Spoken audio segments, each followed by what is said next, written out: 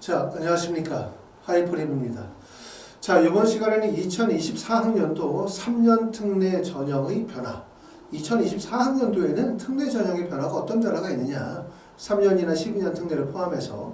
그리고 2023학년도의 경쟁률에서는 어떤 현상들이 나타났는지에 대해서 설명을 드리고, 앞으로 이제 벌써 1월달이기 때문에 올해 입시 7월달까지는 남아있는 시간이 대략적으로 6개월 정도 남았잖아요. 그 기간 동안에 어떻게 잘 준비해서 여러분이 원하는 대학에 합격할 수 있을지 하나씩 준비해 보도록 하겠습니다.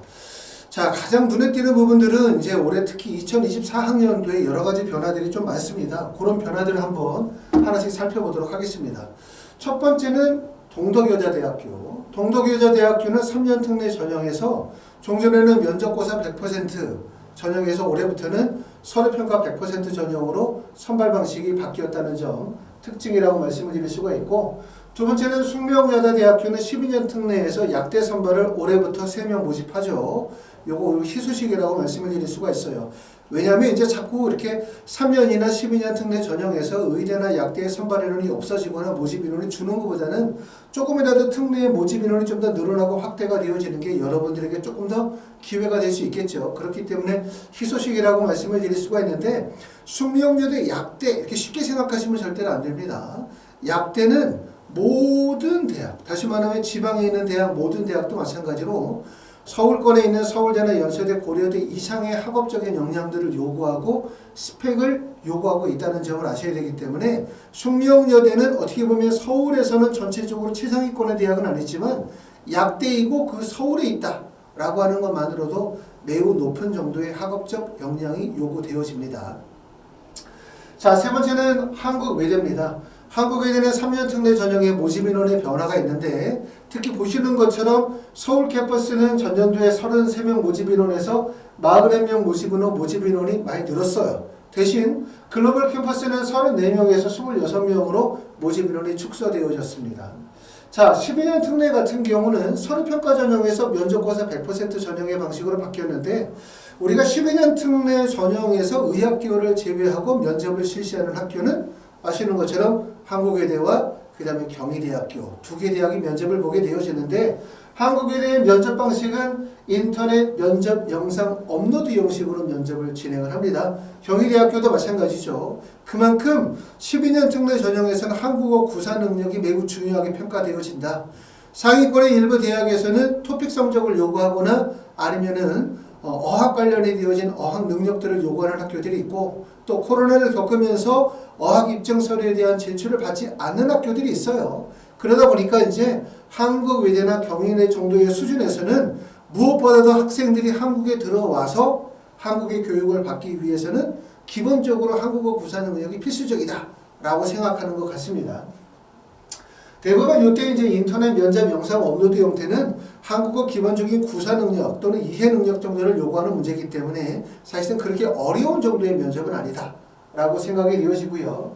자, 숭실대학교 3년 특례 전형은 지필고사 100%에서 서류평가 100% 전형으로 바뀌었습니다. 숭실대학교가 어느 정도의 서류평가 전형에서 어느 정도의 스펙을 요구하게 되어질지는 우리가 이전에 지필고사 전형에서 면접으로 전환이 되어졌던 국민대 정도를 하나의 사례로 삼으시면 좋을 것 같다는 생각이 듭니다. 자, 서울교대는 3년 특례 전형에서 7명을 선발하게 되어지고요. 그 다음에 전년도에는 면접고사 100%였었는데, 자, 2024학년도부터는 4개의 영역 합의 12 이내의 수능 최저학력 기준을 요구하게 되고, 탐구는 2과목 평균을 요구하고 있습니다. 4개 영역 등급 합의 10이라고 한다면 과목당 평균 등급이 약 3등급 정도를 요구하고 있는데, 사실 그렇게 높은 수능 최저학력 기준은 결코 아니죠. 하지만 해외에서 고등학교를 졸업하고 국내에 입학하시는 분들 입장에서 볼 때는 현실적으로 수능 공부하기가 매우 어려워요. 그렇기 때문에 수능 최저를 요구한다 라고 하는 것은 아무래도 중도기급자, 두 번째는 재수생들에게 조금 더 유리하지 않나 라는 생각을 해봅니다. 한양대 에리카 3년 특례 전형 같은 경우는, 자, 전형의 방식이 좀 바뀌었어요. 선발 방식이 지원학과 소속 단과대학별 모집인원 배정 방식에서 지원학과별 모집인원 배정 방식으로 배정 방식이 변화되어졌습니다. 자, 그 다음으로 동국대학교는 12년 특례에서 한의학과와 의학과에서 전형의 방식이 변화가 되어졌는데, 종전에는 필답고사 40%, SAT 40%, 면접 20%를 반영하다가 2024학년도부터는 서류평가 70%에 면접 30%, 그 다음에 수능 최저학력 기준을 요구한다 라고 하고 있기 때문에 사실상 가장 큰 변화는 수능 최저학력 기준을 요구한다 라고 하는 부분이 가장 큰 변화라고 말씀을 드릴 수가 있고, 종전에는 SAT 성적을 필수로 했지만 서류평가 70%로 묶였기 때문에 서류평가 내에서는 SAT 성적이 들어갈 수도 있고 또 SAT 성적이 들어가지 않을 수도 있지만, SAT라는 성적이 사실은 IB 디플로마 다음으로 되게 신뢰도가 높은 지표라는 점을 감안하게 되어지면 사실상 동국대학교 와이즈 전형의 와이즈 대학교의 한의예과나 의예과의 원서를 쓰시는 분들이 SAT 성적이 없는 분들이 사실 별로 많지 않을 거예요. 그렇기 때문에 사실상 포함이 되어져 있다라고 하면 가장 큰 변화는 수능 체제를 요구한다라고 볼 수 있는데, 조금 전에 왔었던 서울교대의 수능 체제와 좀 다르죠. 수능 체제가 한의과 같은 경우는 세계 영역 등급 합이 5, 그 다음에 의예과 같은 경우는 세계 영역 등급 합이 3인데, 이렇게 4개 영역 중에서 세계 영역 등급 합이 3이다 또는 4다, 5다. 여기 보이는 것처럼 세계 영역 등급 4나 5 정도의 수능 체제는 매우 높은 수능 체제예요. 그렇죠? 이 수능 체제가 아시는 것처럼 수시 전형에서 고려대학교 학교 추천 전형 같은 경우는 4개 영역 등급 합이 5죠. 고려대의 4, 5와 그 다음에 동국대학교 YG의 3, 5를 같이 평가할 수는 없어요. 동국대학교 YG 정도의 대학에서 수능 체제를 3, 4나 3, 5를 요구한다는 것은 사실은 고려대와 비슷한 정도의 학업적인 수능 체제를 요구한다는 얘기고, 일반적으로 이 정도의 수능 체제를 요구하게 되어질 때 학생들이 수능 체제의 충족 비율이 30% 이하의 수능 체제를 보여주고, 더군다나 재외국민 전형이라고 한다면 사실상 지원자들 중에서 수능 체제를 충족하는 학생들이 많지 않을 가능성이 매우 높다. 따라서 무슨 말이냐면 수능 체제가 높다라는 얘기는 그만큼 여기 보여주는 서류평가가 좀 낮은 경우, 내가 예를 들어서 SAT 점수가 없다든가 아니면 서류평가에 뭔가 입증할 수 있는 본인의 학업적 활동의 우수성을 입증할 만한 요소들이 부족하다라고 판단을 내시는 분들이 결국은 중도기국자라든가 아니면 국내 고등학교 졸업자 또는 재수생들 같은 경우들은 수능 체제를 충족했었을 때는 이렇게 동국대학교에 합격할 수 있는 가능성이 그만큼 높아졌다라고 보기 때문에 수능 최저 학력 기준이 강화되어졌다는 점은 결국은 중도기국자나 재수생들에게 매우 유리한 전형이 되어질 수밖에 없다라고 말씀을 드릴 수가 있고, 그렇다 하더라도 수능 체제는 매우 높은 정도를 요구하고 있기 때문에 실제 수능 체제를 충족하는 학생들이 지원한 학생들 중에 많지 않을 가능성이 높다. 그러므로 결국은 서류평가의 영향력은 하락할 수밖에 없다. 이렇게 말씀을 드릴 수가 있습니다. 자, 성균관대학교 3년 특례 전형은 약학과에서 종전에는 서류평가 70%의 면접 30%를 실시하다가 올해부터는 서류평가 100% 전형으로 면접을 미실시합니다. 이건 수시 전형도 마찬가지죠. 동국대학교에서도 수시 전형에서 우리가 학과 모집 전형에서 약대 같은 경우는 면접을 실시하지 않아요. 그렇죠? 체육교육학과나 사범대나 의예과 같은 경우에는 면접을 실시하지만 약학과는 서류평가 100%를 실시하기 때문에 수시 학과 모집의 전형과 동일하게 전형 방식을 맞추었다라고 생각이 됩니다. 을지대학교는 종전에는 영어 20%에 면접 80%, 영어 20%가 마치 최저학력 기준으로 활용이 되어졌는데 올해부터는 서류 20%에 면접 20%로 바뀌었습니다. 물론 서류 20% 내에서는 공인어학 성적도 포함이 될 거고요. 또 범위가 넓어지면 공인어학 성적 외에도 SAT 점수라든가 AP 성적 기타 표준학력 지표의 중요성이 더욱더 커질 수가 있겠죠. 차이과대학은 12년 특례 약학과가 올해부터는 미서발하고 3년 특례 전형의 약대 3명은 그대로 유지가 되어집니다. 자, 3년 특례 전형의 전형의 방식들을 한번 보도록 하겠습니다. 기본적으로 3년 특례 전형의 전형의 방식은 세 가지로 구분이 되어지고 있죠. 이 맥락이 꾸준하게 유지가 되어지고 있어요. 첫 번째는 서류평가 전형, 그 다음에 서류 플러스 면접고사 전형이라고 할 수 있어요. 첫 번째는. 두 번째는 지필고사를 실시하는 대학들. 그 다음에 세 번째는 면접고사를 실시하는 대학. 이 세 개의 맥락을 꾸준하게 유지하고 있는데 점차적으로 조금 더 커지는 비중은 서류평가의 비중이 조금 더 커지고 있는 것은 사실이죠. 하지만 앞으로도 이렇게 서류평가 면접, 그 다음에 지필고사, 그 다음에 면접고사의 3개의 유형은 그대로 유지가 되어질 가능성이 높아요. 왜냐하면 외국에서 고등학교를 졸업하고 들어오시는 분들 입장에서 볼 때는 필답고사의 전형보다는 서류평가 전형이 유리할 수밖에 없고, 또 외국에서 중도 귀국하신 분들 입장에서 볼 때는 국내 서류와 해외의 서류가 뒤섞이다 보니까 서류의 우수성보다는 지필고사의 중요성이 커질 수밖에 없겠죠. 또 대학의 입장에서 볼 때도 학업의 우수성을 평가하는 부분들이 외국에서 취득한 우수한 성적을 취득하고 오신 분들, 이런 부분들도 물론 학업적 우수성이 인정이 되지만, 이렇게 지필고사, 다시 말하면 학교에 대학에 직접 출석해서 모든 학생들이 대학에서 요구하는 시험을 보고 난 다음에 평가를 받는 거, 이런 것들이 대학의 입장에서 볼 때는 좀 객관적이고 공정하면서 실제 학생들을 비교평가할 수 있다는 장점도 있기 때문에, 이렇게 서류평가 전형과 필답고사 전형, 또 나름대로는 성적의 우수성이 조금 부족하지만 학과적 적합성이나 열정을 가지고 있는 학생들, 면접고사 전형, 이 3개의 맥락은 계속해서 유지가 되어질 거라고 생각이 되어지고 있습니다. 하지만 이제 전체적으로 봤었을 때는 지필고사 전형의 대학들이 좀 줄고, 그 다음에 서류평가 전형의 대학들이 조금 더 늘어나고 있는 추세는 맞습니다.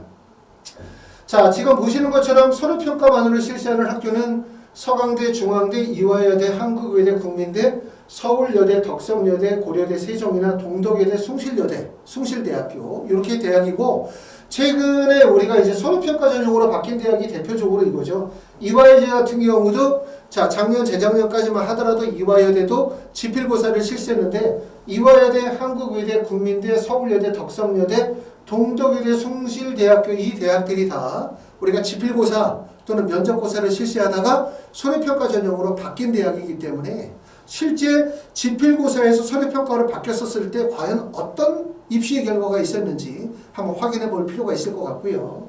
자, 서류 플러스 면접고사를 실시하는 학교는 연세대, 고려대, 성균관대, 한양대입니다. 자, 지필고사를 실시하는 학교는 건국대, 그 다음에 경희대학교, 동국대, 숭명여대, 숭실대학교는 여기서 빠지겠죠. 숭실대학교는 인문 전형은 여기 보시는 것처럼 지필고사에서 빠져가지고 어디를 갔습니까? 서류평가 전형으로 2024학년도부터 전형의 방식이 변화가 되어졌고요. 단국대, 아주대, 인하대, 카톨릭대학교 관호학과가 여기에 해당되고, 국어만 보는 학교는 한양대학교 에리카 인문계열, 그 다음에 홍익대학교는 영어 면접을 보게 되고요. 그 다음에 수학을 공통적으로 보는 학교는 한국항공대학교는 수학시험을 공통적으로 보게 되고, 영어만 공통적으로 보는 학교는 세종대학교.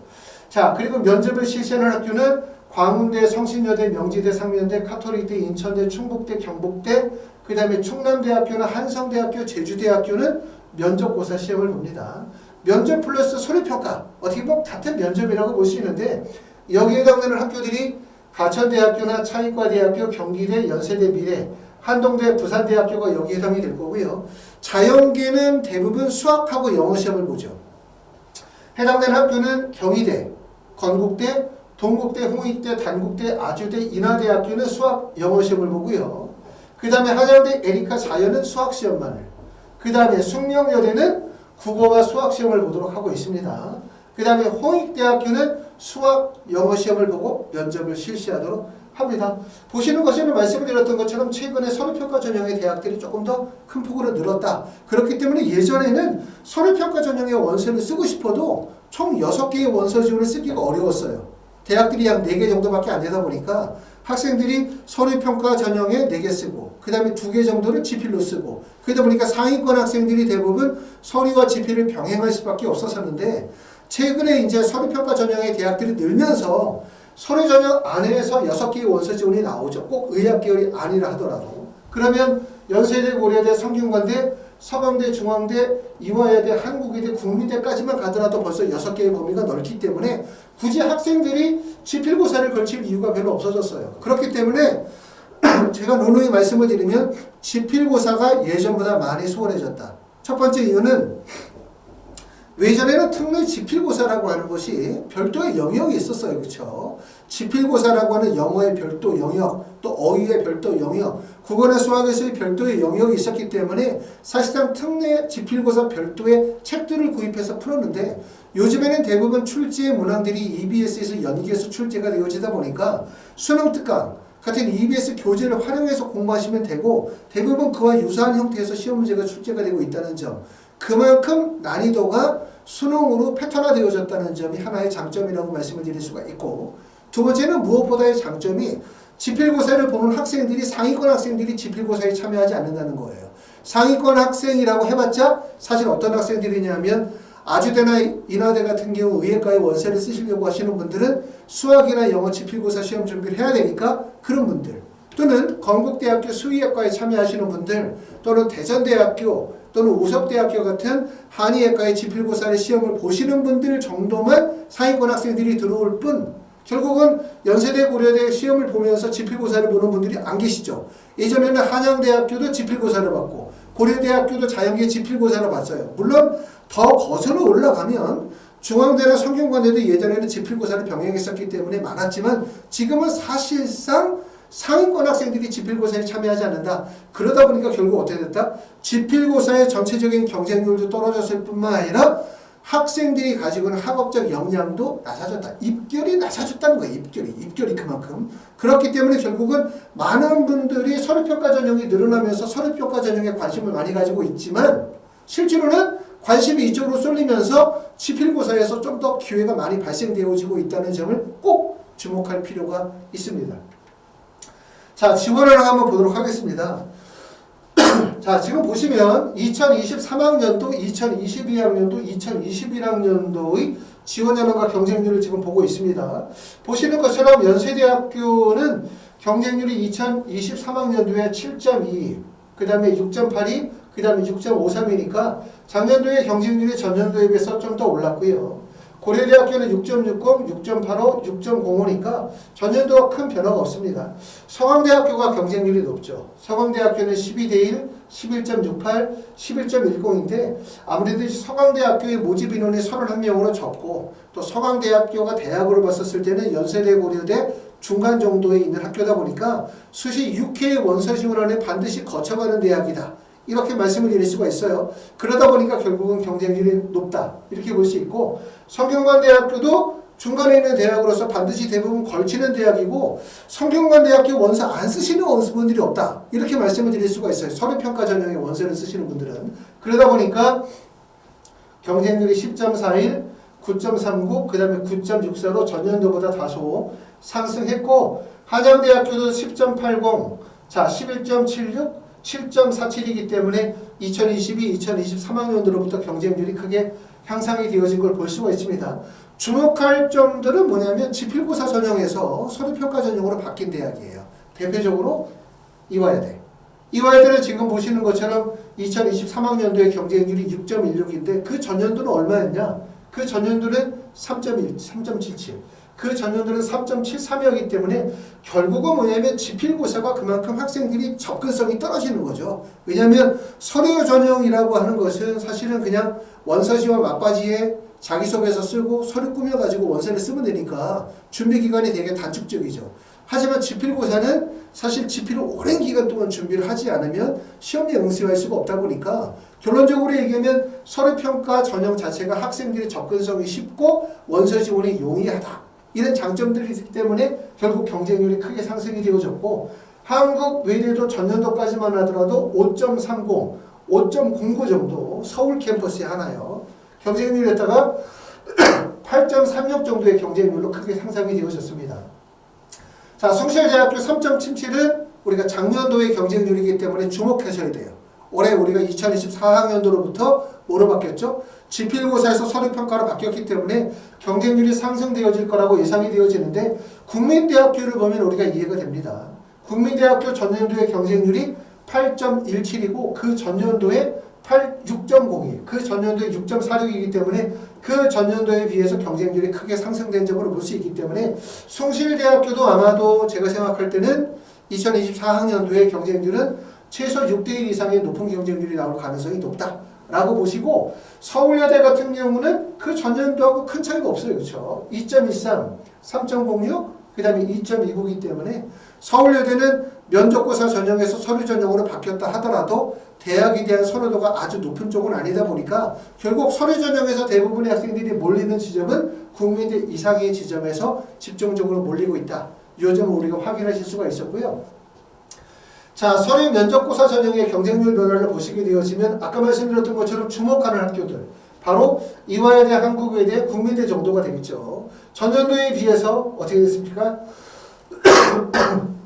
전년도에 비해서 경쟁률이 크게 상승됨을 알 수가 있죠. 이게 바로 이제 서류평가 전형, 지필고사 전형에서 서류 전형으로 바뀌었을 때, 지필고사 전형에서 서류고사가 바뀌었을 때, 지필고사 전형에서 서류평가로 바뀌게 되어지면서 경쟁률이 상승했어요. 결국 이걸 노리고 대학들이 전형의 방식을 바꿨다.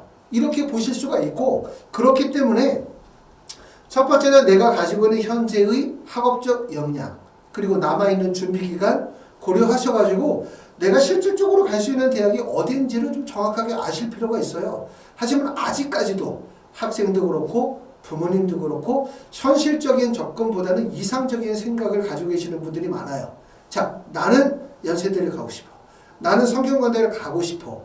이런 것들이 고등학교 1학년, 2학년 때까지의 꿈일 수 있으나 지금쯤 되어지면 입시가 얼마 안 남았기 때문에 현실적인 계획을 설정하지 않으면 큰일이 나거든요. 그러면 결국은 마지막에 7월 달에 원서를 쓸 때도 그냥 희망 중심으로 원서를 쓰게 되고, 원서를 쓰고 실패하게 되어지면 재수로 넘어가게 되어지는데, 특례 재수는 불가능한 건 아니지만 아무래도 특례 재수는 사실은 여러 가지 위험 요소들이 너무 많기 때문에 지금쯤 되어졌을 때는 현실적으로 본인이 지원하여 합격할 수 있는 대학 전형의 방식들을 정확하게 알고 준비하시는 게 좋지 않겠나라는 생각이 듭니다.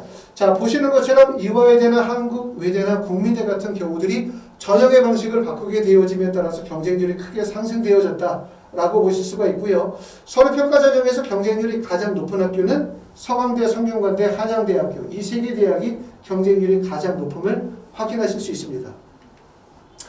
자, 그래서 이제 한국외대, 국민대학교, 서울여대 이런 학교들이 이제 서류평가 전형인데, 서류평가 전형이라는 건 과연 뭘까?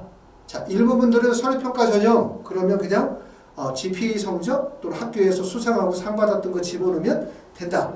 이렇게 생각하실 수가 있는데, 우리가 재외국민 전형의 특징이 있죠. 재외국민 전형의 특징은 뭡니까?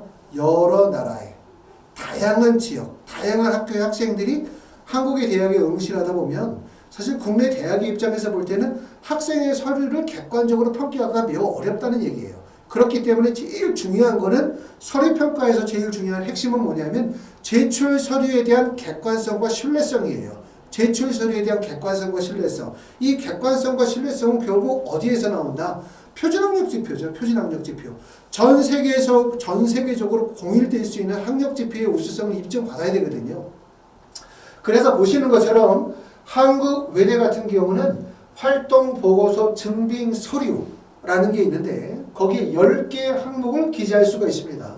그 10개 항목에 들어가는 것이 SAT 점수, 또 IB 점수, AP 성적이나 A레벨, 또는 수상 경력이나 어학 경력이나 봉사나 동아리 활동 관련된 내용들이고, 특히 여기서 주목할 점이 이제 바로 SAT 점수라든가 IB 디플로마라든가 AP 성적, 또는 토플 성적이라든가 HSK, JLPT와 같은 어학 능력 관련 입증 서류들이 반드시 있어야 돼요.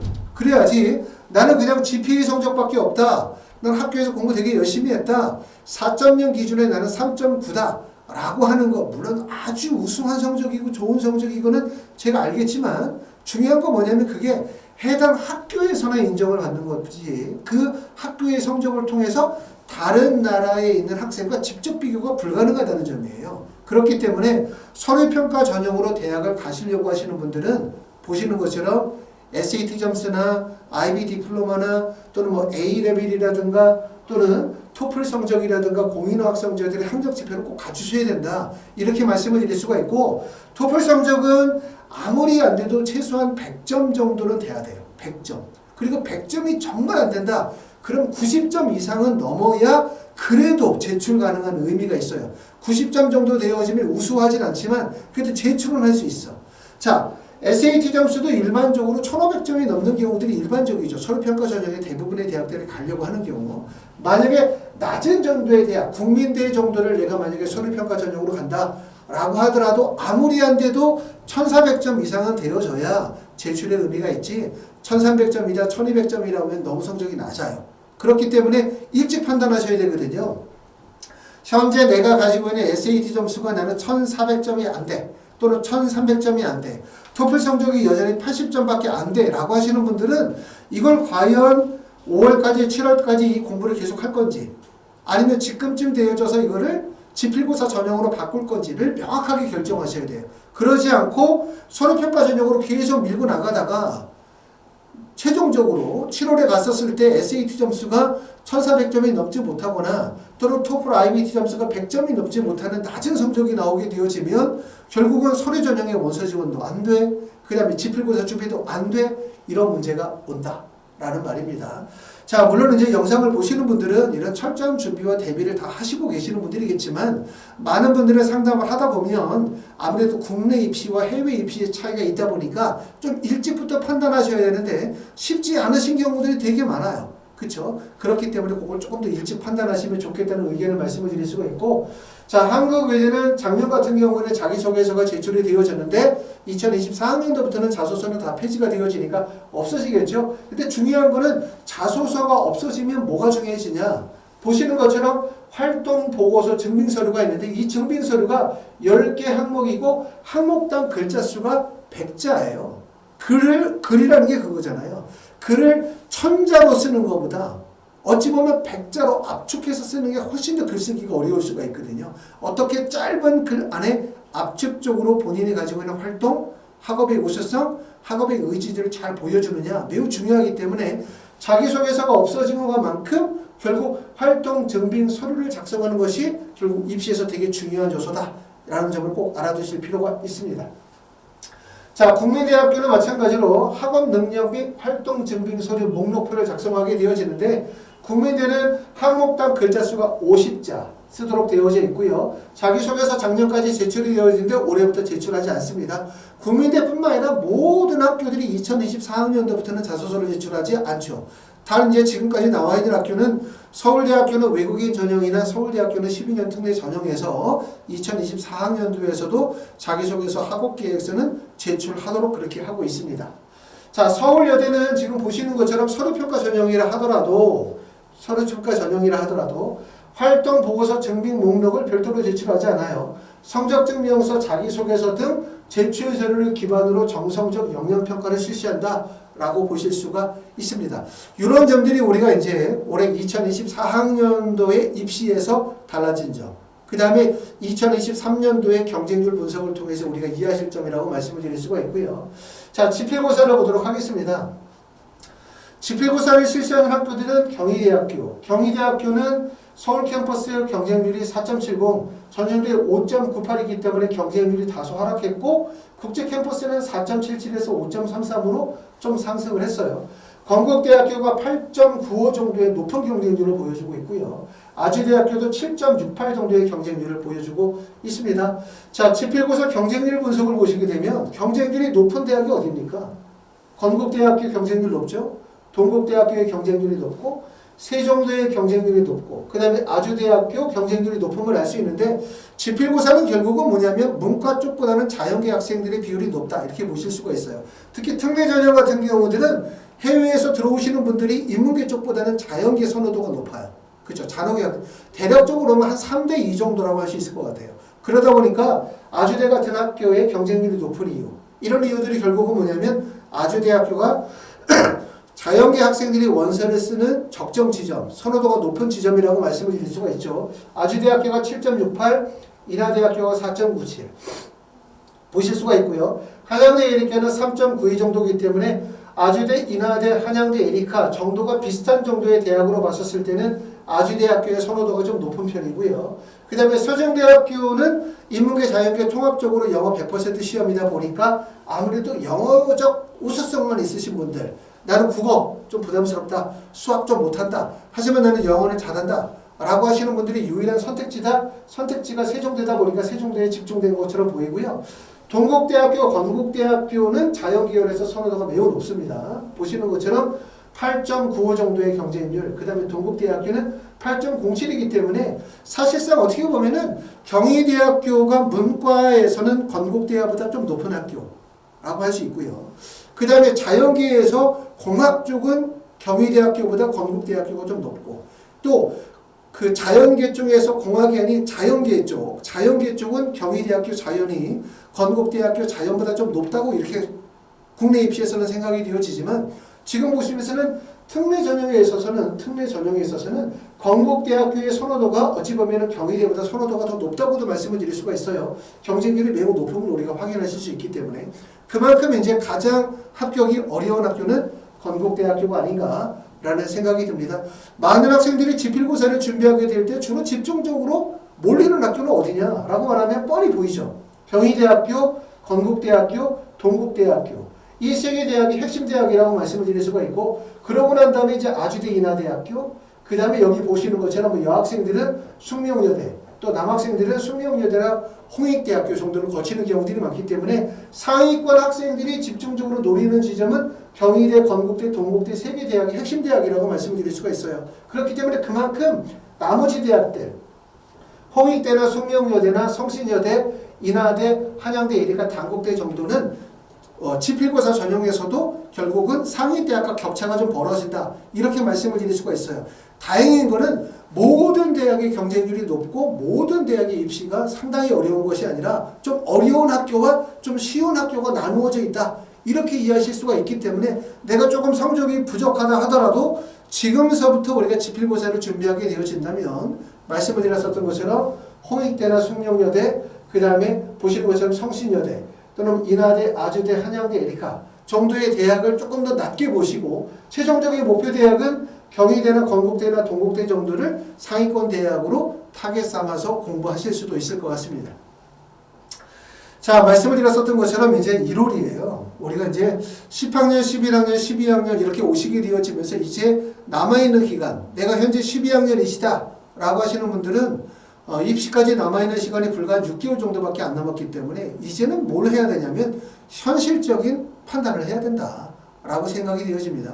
그렇기 때문에 학생이 가지고 있는 학업적 역량 또 남아있는 준비기간을 고려해서 전형의 유형을 정확하게 결정을 하셔야 돼요.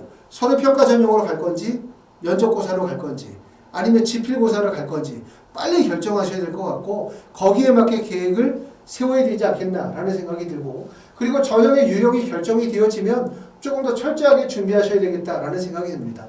첫 번째는 서류평가는 5월 이전에 준비가 끝내야 된다라는 얘기는 뭐냐면 5월 이전에 자기소개서를 다 끝내야 된다 또는 뭐 서류 준비를 다 해야 된다는 얘기는 아니에요. 자소서가 거의 대부분 다 폐지가 되어졌기 때문에 자소서는 필요 없다 하더라도 활동증빙 목록표나 활동증빙 서류를 준비해야 되기 때문에 아마도 서류 준비를 본격적으로 하는 시기는 5월부터 5월, 6월, 7월이 그 핵심이라고 보여지는데 제가 말씀드리는 5월은 뭐냐면 7월 달까지 필요로 하는 학력지표를 만들겠다.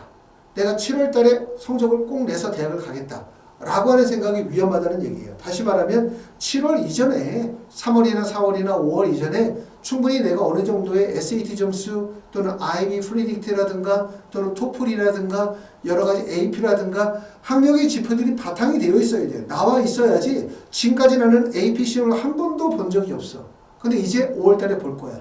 토플 시험 한 번도 본 적이 없는데 이제 5월 달에 볼 거야. 자, 7월에 시험을 보면 이제 성적이 잘 나올 거야. 그걸 가지고 대학을 가야지라고 하다 보면 되게 위험수가 상당히 많다는 점 꼭 말씀을 드리고 싶고 특히 우리가 IB 성적만 있으신 분들이 많아요. 그렇죠? IB 성적만을 가지고 계시는 분들은 최종적으로 프리딕트 점수와 다르게 IB 파이널 점수가 성적이 많이 안 나왔었을 때 그거를 지탱할 수 있는 요소가 없다 보니까 결국 원서 지원이 완전히 엉클어질 가능성이 높거든요. 그렇기 때문에 IB 가지고는 안 되시고 IB 과정에 계시는 분들은 SAT 점수나 AP 점수를 보완하셔가지고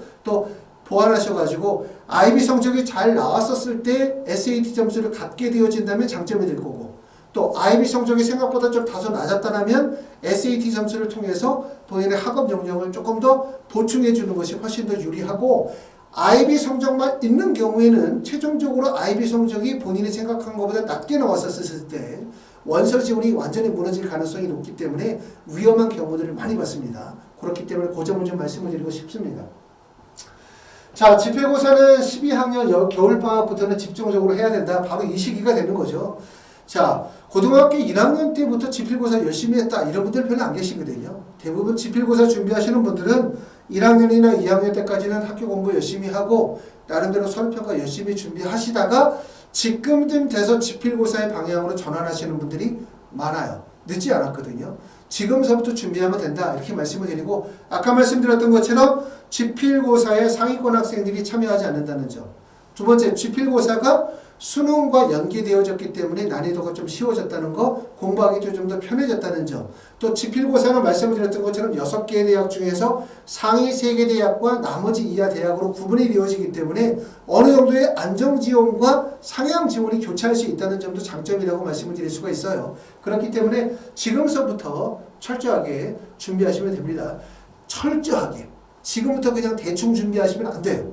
철저하게 준비하셔야 좋은 결과가 있을 거라고 말씀을 드릴 수가 있고 면접고사를 혹시라도 준비하시겠다라는 분들은 100% 면접만 준비하시는 분들은 별로 없거든요. 면접 준비와 지필고사를 병행하면서 준비하면서 지필이 원하는 것만큼의 성적이 좀 안 나올 때 면접고사를 병행해서 실시하는 경우들이 많습니다. 그렇게 준비하시면 될 것 같습니다. 자, 이렇게 해서 이제 전체적인 얘기에 대해서 좀 말씀을 드리고 하이퍼리뷰에서는 2024 특례 지필고사 특강을 실시합니다. 학원에서 진행하는 거 좀 간단하게 좀 설명을 드리겠습니다. 첫 번째는 저희 학원에서 진행하는 게 특례 재수생 프로그램이 있어요. 그렇죠? 특례 재수생. 현재 이제 재수생들은 학원에 오전에 8시에 와서 저녁에 10시나 11시까지 학습관리, 1대1 맞춤 수업, 그 다음에 입시 컨설팅, 그 다음에 본인의 이제 자연계냐 인문계냐에 따라서 필요한 과목에 대해서 1대1 수업과 그룹 수업을 병행해서 학습관리 프로그램을 진행을 하고 있고요. 두 번째는 지필고사 특강, 수학이나 영어 또는 국어나 영어 또는 내가 만약에 생명과학이나 화학 수업을 듣겠다라고 하면 이러한 지필고사의 수업을 학원에 오셔가지고 단과 수업 또는 1대1 수업으로 진행하거나 아니면 영상을 보시는 분들 중에서 해외에 계시는 분들 같은 경우는 줌 수업을 이용해서 저희 하이퍼리뷰 선생님하고 직접 화상 수업을 진행하실 수가 있어요. 요즘에 이제 코로나가 많이 풀렸다 하더라도 예전만큼 외국에 계시는 분들이 지필고사를 쉽게 준비하기가 되게 어렵죠. 학원을 찾기도 매우 어렵고 그런 경우들은 저희 학원에서 진행하는 줌, 화상, 특례, 지필고사 수업을 연계하여 이용하시게 되어지면 훨씬 더 효과적으로 진행하실 수 있고 그렇게 쭉 진행하시다가 나중에 5월 정도 되어졌을 때 국내로 들어오시거나 6월이 돼서 국내로 들어오시게 되면 학원에 오셔서 직접 현장 수업으로 연결하시면 될 것 같습니다. 세 번째는 입시 컨설팅이나 자기소개서 첨삭도 진행합니다. 자소서 첨삭은 현재 2024학년도 12년 특례 후기 같은 경우 자소서를 첨삭을 진행하고 있고요. 입시 컨설팅은 아까 말씀드렸던 것처럼 지금 정도에는 내가 현실적으로 가능한 지원 가능한 대학이나 학과 또는 전형의 방식, 준비 방법에 대해서 조금 더 명확하게 알고 준비해 나가는 게 훨씬 더 좋습니다. 나중에 막바지에 다다라가지고 그때 가서 준비하시게 되어지면 여러 가지 착오가 있기 마련이거든요. 학생과 학부모가 정확하게 좀 알고 입시에 대한 대책을 수립하는 거 이게 좋지 않겠나라는 생각이 듭니다. 자, 이렇게 해서 이제 2024학년도 특례 전형 방식의 변화, 그 다음에 학원에서 진행하는 지필고사 수업 또는 특례 재수생 수업에 대한 거, 그 다음에 온라인 화상 수업에 대해서도 전체적으로 설명을 드렸습니다. 자, 본격적으로 이제 특례 입시가 이제 시작이 되어지는 겁니다. 오늘부터 해서 이제 하나씩 또 영상에 대해서 계속 설명을 드리면서 여러분들이 2024학년도 특례 준비 또는 2025학년도 특례 준비하시는 분들을 위해서 하나씩 자세히 설명을 드리면서 함께 하도록 하겠습니다. 감사합니다.